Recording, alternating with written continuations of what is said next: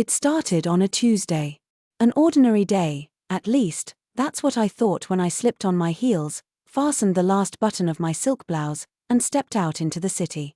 The streets were alive with the morning hum, coffee carts, the faint rush of footsteps, sunlight sliding between glass towers like liquid gold.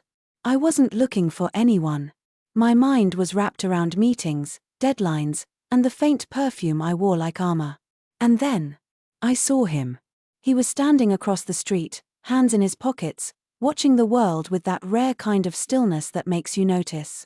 I felt his eyes on me, steady, curious, almost like he was reading a story in my face.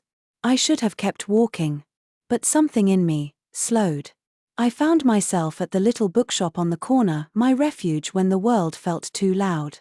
He stepped in moments after me, brushing rain from his hair though the sky was still clear. "You like first editions?" he asked, glancing at the book in my hand. I smiled. "I like anything that feels like it's lived 100 lives."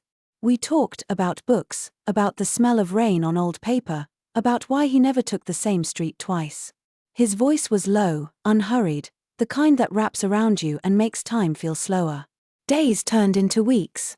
I began to notice the small things, how he tilted his head when I spoke, the way his eyes crinkled when he laughed, how his hands always seemed warm, even in the cold. One evening, he asked if I wanted to see the city from the hill. The sun had just begun to sink, spilling rose and gold across the skyline. The wind tangled my hair, but I didn't care. He stood close enough for me to feel his breath. "Do you think some people are meant to find each other?" he asked.